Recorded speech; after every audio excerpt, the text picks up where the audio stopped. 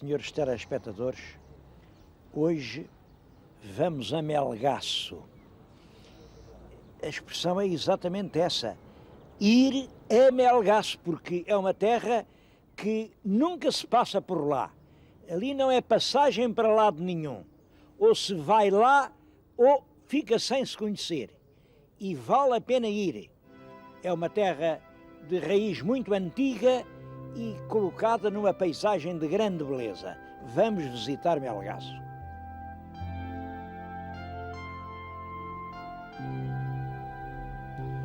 Logo à entrada da vila, aqui na praça principal, entre duas grandes tílias, está suspensa uma faixa que diz: Barragem de Sela, o fim do Rio Minho. Bom, toda a gente sabe que o fim do rio é Foz, mas não é desse fim que a faixa quer falar. É da morte do rio, porque o rio está realmente a correr perigo. Vamos ver porquê.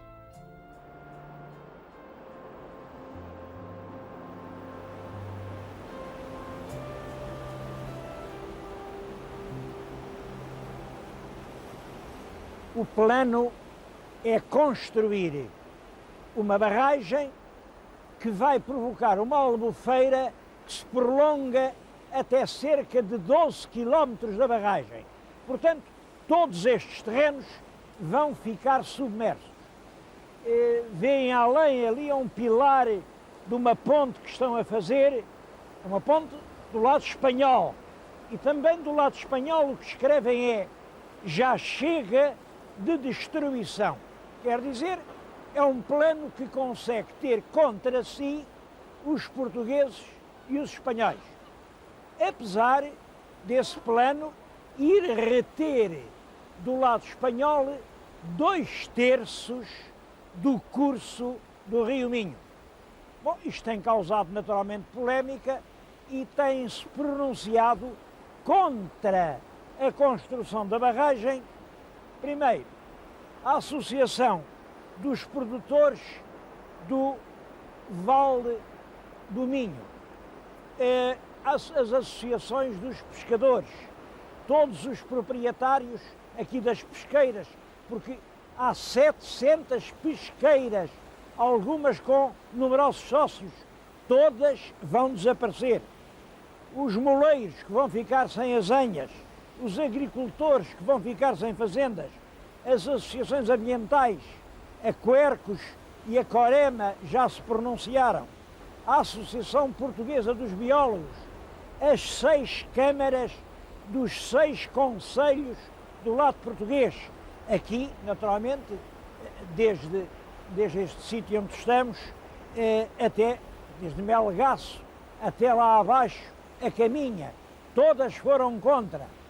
Do lado espanhol há 8 câmaras: Parende, Crescente, Arbo, Neves, Salvaterra, Goiã, Cominho, Laguardia, Tui. Todas as 8 foram contra a construção da barragem. Bom, mas então, se toda a gente está contra, por que é que fazem a barragem? Bom, é porque alguém tem alguma coisa a ganhar com isso. Claro que alguém tem. Não se fazem as coisas à toa. Mas aqui parece que são muitos a perder e poucos a ganhar. Não sei. Acho que o problema é complicado. Bem sei que isto é uma perspectiva local. É o poder local, é o interesse regional que está oposto ao que se diz ser o interesse nacional. Mas eu não sei se será interesse nacional estar a trocar o Minho pelo Guadiana, estar a trocar estas terras em que cada hectare sustenta uma família, cada palmo vale uma fortuna, pelas terras lá de baixo, como sabem, são muito mais pobres. Estar a trocar o norte pelo sul. todos são portugueses e em Portugal tudo é precioso. Nem o norte pode ser vendido para salvar o sul, nem o sul pode ser empenhado para ajudar o norte. Somos todos igualmente portugueses. Eu vim aqui, corri estes concelhos, andei aqui em todo este longo percurso do Rio Minho e encontrei toda a gente realmente indignada com o projeto que parece que está por dias, da construção da barragem. Se todos vamos perder, pergunto, que estranho poder tem esse alguém que vai ganhar?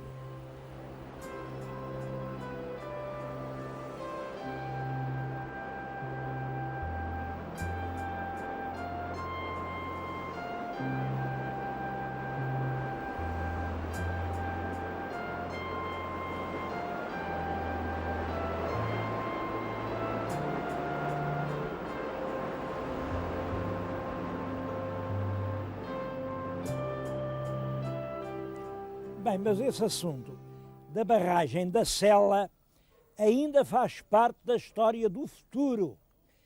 Até pode ser que não aconteça. E Melgaço tem tanta história já acontecida que eu tenho que recordar. Eu vim aqui justamente para junto de uma das portas medievais de Melgaço. Melgaço é muito antiga, mas é verdade que o Dom Afonso Henriques encontrou isto completamente deserto, devastado, escalavrado, sem viva alma, e foi ele que em cerca de 1170 povoou isto de novo.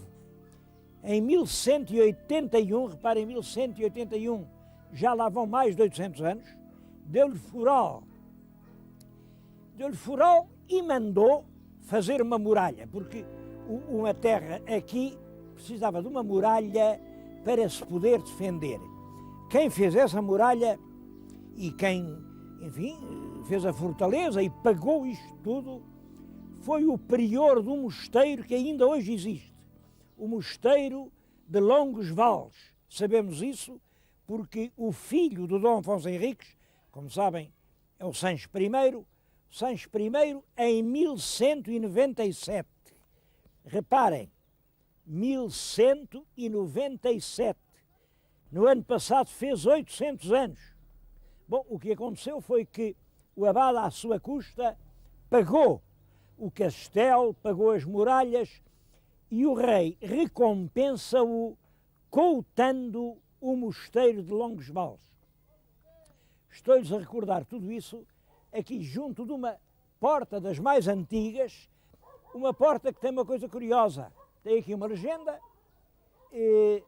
dizendo que no tempo do rei rei Afonso de Portugal, este rei Afonso é o Dom Afonso III, o Bolonhês, fizeram esta muralha, mas quem a construiu, reparem, diz aqui, e agora peço a vossa atenção, diz aqui, isto é um M, isto é um R, e aqui tem uma pelica, é o sinal de de abreviatura, e MR com este sinal lê-se Magister, quer dizer o mestre, agora isto qualquer pessoa lê, isto é um F, E, R, N, A, N, D, U, S, Fernandos, portanto isto diz Magister Fernandos, o mestre Fernando. Mestre de quê? Bom, mestre hoje chama-se de um professor, mas nesta altura era um mestre de um ofício, era um mestre pedreiro. Eu acho realmente emocionante, para mim é emocionante. Aqui, nesta inscrição medieval, recorda-se o nome de um rei e o nome de um mestre pedreiro. E ao mesmo tempo sabemos que quem pagou isto tudo foi o abade do mosteiro de Longos Vales. Reparem, como outrora se aprendia na escola primária, o clero, a nobreza e o povo a fazer em Portugal. Pelo tempo fora, esta terra de Melgaço teve inúmeros lances históricos. Vou-lhes contar só mais um.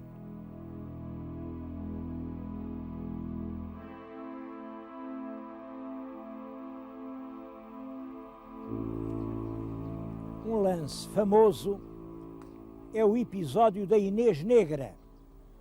Bom, isso hoje é uma lenda viva aqui em Melgaço. Eu estou-lhes a falar justamente junto de uma estátua muito recente da Inês Negra. Eu já lhes disse que é a minha convicção de que nós, os leigos, nós, os que não sabemos nada de estátuas nem de esculturas, temos o dever moral de dizer se gostamos ou não gostamos. Se achamos uma estátua bonita ou se achamos um triste e banal mamarracho. Neste caso, não acho nem muito bonita nem muito feia, é assim mais para o feio que para o bonito, mas enfim, dá uma ideia do que quer representar, pelo menos entende-se. A história da Inês Negra é a seguinte. Como sabem, no século XIV, em 1383-85, o nosso país foi, enfim, atingido por uma grave crise e os portugueses dividiram-se numa cruel e sangrenta guerra civil. Uma parte apoiava como rei o mestre Davis, outra parte apoiava a rainha Dona Beatriz, casada com o rei de Castela. Ora bem, aconteceu que Melgaço ficou pelo lado da rainha Dona Beatriz, portanto, contra o mestre Davis. E é verdade que, valentemente, mesmo depois de Aljubarrota, foi em 1385, e durante o ano de 86 e 87, chega a 88, e Melgaço continua a defender a sua jovem rainha. É claro, e o mestre Davis, já então rei de Portugal, rei Dom João I, vem aqui, põe cerco à terra, põe as suas tropas à volta. O cerco ia ser prolongado quando uma mulher que vinha nas tropas do mestre Davis, um bocado esquisito, isto de uma mulher nas tropas. Bom, mas é bom que saibam que os exércitos não eram como hoje. Era uma multidão em que os soldados traziam tudo, traziam mulheres, traziam, enfim, era uma multidão e, portanto, era uma mulher do arraial, uma mulher do acampamento. E tinha um nome, era a Inês Negra, a Inês Negra. Ela ouviu dizer que havia aqui, em Melgaço, uma outra mulher considerada muito valente, uma grande lutadora, e que, apesar de ser portuguesa, estava pelo lado de Castela. Por isso lhe puseram o nome, a Renegada, é assim que hoje dizem. É o combate entre a boa e leal Inês Negra, que vinha com os soldados no acampamento, e a má e desleal Renegada, que estava dentro da vila pelos castelhanos. Então, a nossa Inês Negra manda desafiar a Renegada para um combate corpo a corpo. O combate foi seguido com os soldados pelos soldados, com uma grande algazarra.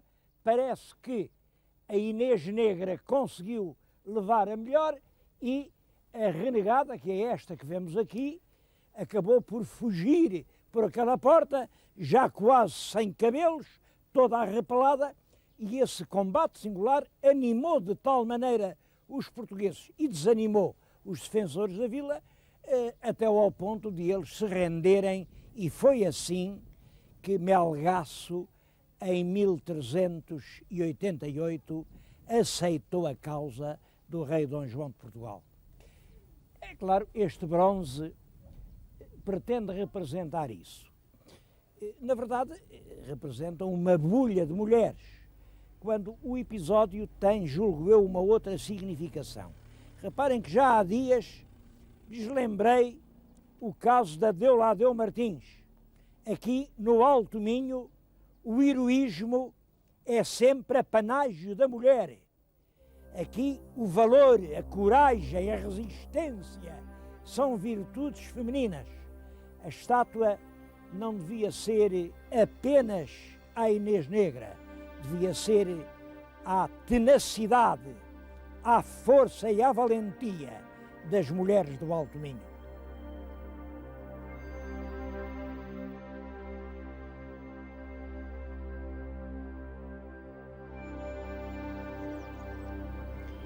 Do castelo mandado fazer por Dom Afonso Henriques, ainda restam ruínas impressionantes. É hoje uma grande muralha oval e ao meio uma torre mais moderna que deve ser, penso eu, do século XIV, talvez da época de Dom Dinis. É claro, uma grande parte do castelo foi desmontado pedra a pedra para fazer as casas da vila. Mas há, por exemplo, a matriz. A igreja matriz também é românica, também do século XIII. Há a capela da Senhora da Ourada, igualmente românica. É uma região onde o românico, portanto, dos primeiros tempos da nacionalidade, tem exemplares numerosos. Só por isso vale a pena visitar Melgaço. Bom, mas é claro que Melgaço não tem só passado, também tem presente.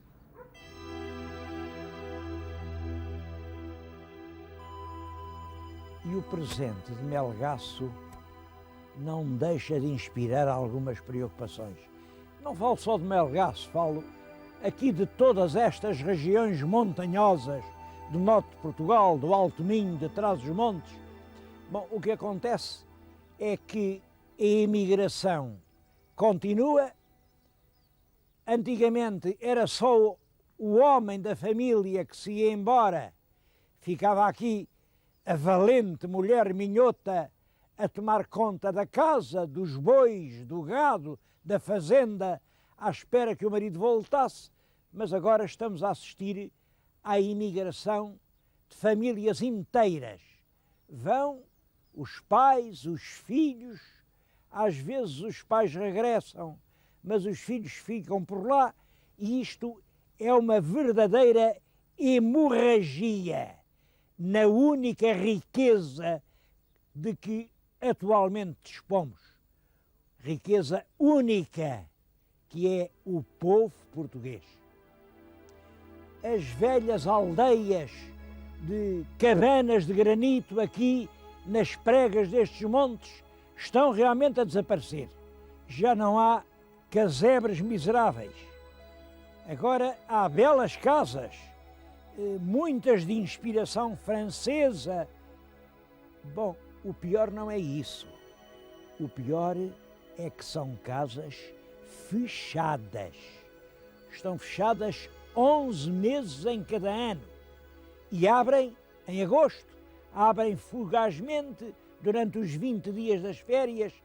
Quer dizer, o que aconteceu foi que substituímos as aldeias miseráveis por aldeias virtuais, aldeias onde não vive ninguém. Esta história das aldeias virtuais tem a ver com realmente o progresso da terra. Claro que povoações onde ninguém vive não são centros de vida e progresso.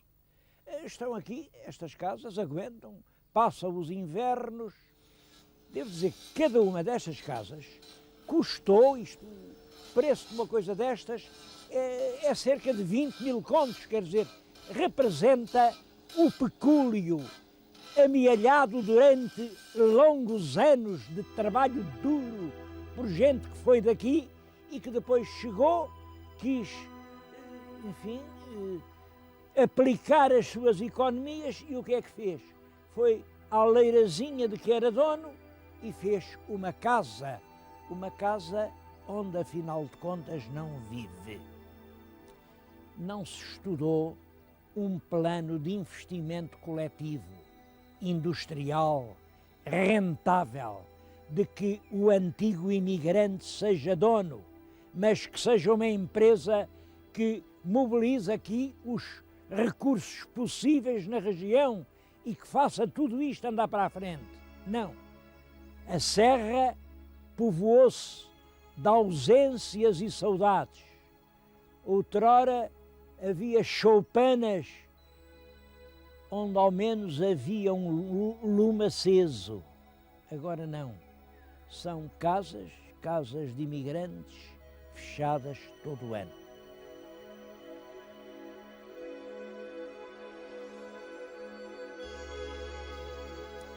Bom, é claro que essa imigração é natural porque durante muitos séculos aqui as pessoas viviam da agricultura. Uma pobre agricultura que só dava para matar a fome. E para matar a fome, poucas pessoas passavam muita fome. Mas enfim, iam-se contentando com o que a terra dava. Hoje não é assim. Hoje as populações aspiram a níveis de bem-estar, de comodidade, que a terra não dá, porque a terra é a mesma. A terra é a mesma. Bom, aqui nesta região do Alto Minho apareceu uma riqueza que chamam-lhe agora o ouro da terra. Eu já lhes falei nisso. É o vinho Alvarinho, que está todos os anos a ganhar mais espaço, a progredir nestas encostas. Bom, mas daí vem exatamente aquele receio da barragem. É que o Alvarinho tem esta característica. A vinha dispõe-se nas encostas só até uma altitude de 250 a 300 metros. A partir daí já não se dá essa casta de uvas. Ora bem, a barragem, e segundo os estudos do ambiente, vai provocar um ambiente de névoa, zonas de nevoeiro, que vão atingir precisamente os 250 a 300 metros. Isto é, há o receio, oxalá que infundado, de que a construção da barragem não venha alterar as características climáticas e ecológicas que permitem essa maravilha de vinho, que é realmente o Alvarinho.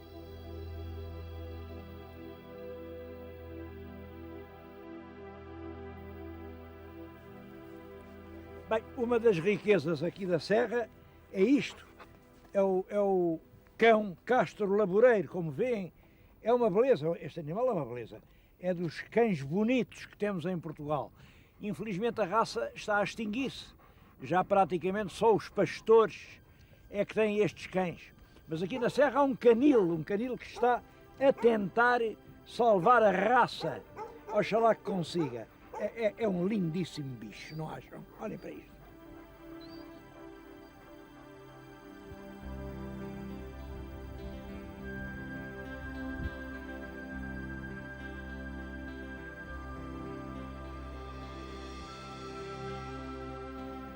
O cão era uma das notas dominantes deste mundo estranho que é o castro-laboreiro.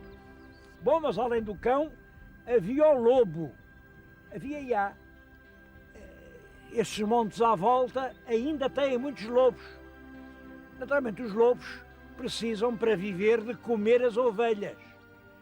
E os camponeses aqui, para viver, precisam de ter as ovelhas vivas. Como é que se resolve? Ou são os pastores que têm as ovelhas, ou são os lobos que comem as ovelhas dos pastores. Eu acho que tudo isto é esquisito, porque arranjou-se o regime. Bom, para isto ser um parque natural e continuar a haver lobos, os lobos têm que continuar a comer ovelhas. Mas não é justo, não é justo os pastores ficarem sem as ovelhinhas. Então vem a burocracia, vem o Estado na figura do Parque Nacional de Peneda Gerês e paga a ovelha que o lobo comeu. Portanto, fica tudo certo. O lobo come, o Estado paga, só que o pagamento demora meses e às vezes demora anos. E ninguém está contente com a situação. E é claro que aqui há qualquer coisa que está mal organizada. Mas este mundo não tinha só os cães e os lobos, tinha muito mais. Olhem, tinha o colmo nos casebres, todas essas casas estavam forradas a colmo. Tinha um presunto magnífico, tinha o trás castrejo, vinham as mulheres do Castro Laboreiro com os seus vestidos de palha, tinham o luto, enquanto o marido ia trabalhar para longe, ia para a França, enquanto não voltava, elas andavam de luto pesado. Tinham os costumes comunitários, era a eira comum, eram os bois do povo, eram os fornos comunitários, era todo o mundo à parte, e tudo isso desapareceu nos últimos 50 anos. A gente hoje vem aqui a Castro Laboreiro, de tudo isso o que se mantém é a paisagem. Como veem, a paisagem é realmente espantosa. É um dos lugares mais bonitos de todo o norte de Portugal. Além, ainda se vê a porta de um castelo, mesmo no Coruto do Monte havia um castelo. O castelo que veio para o sítio onde havia um castro. Era tão difícil, era tão trabalhoso chegar ao alto do castro, que acho que foi isso que lhe deu o nome, chamava-lhe o Castro Laboreiro.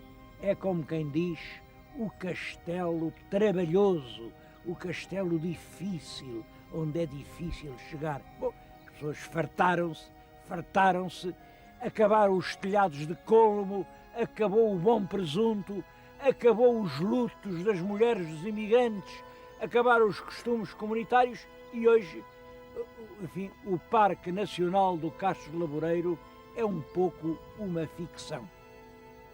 Isto põe um problema. Como é que é possível conciliar a tradição do antigamente, de que a gente gosta tanto, com a comodidade do atualmente, a que toda a gente tem direito? Como é que isso se pode conciliar? Repito, eu faço as perguntas, não tenho que dar as respostas. Os senhores que mandam, os senhores do turismo, é que têm que arranjar maneira de conciliar essas coisas, porque isso realmente pode ser uma fonte de riqueza. E o casebre de colmo e o traje de castrejo, que outrora eram estigmas de miséria, podiam amanhã ser fontes de fartura. Simplesmente para isso é preciso método, organização, inteligência, bom, e alguns 5 réis de imaginação, que eu acho que faltam completamente aos senhores do nosso turismo.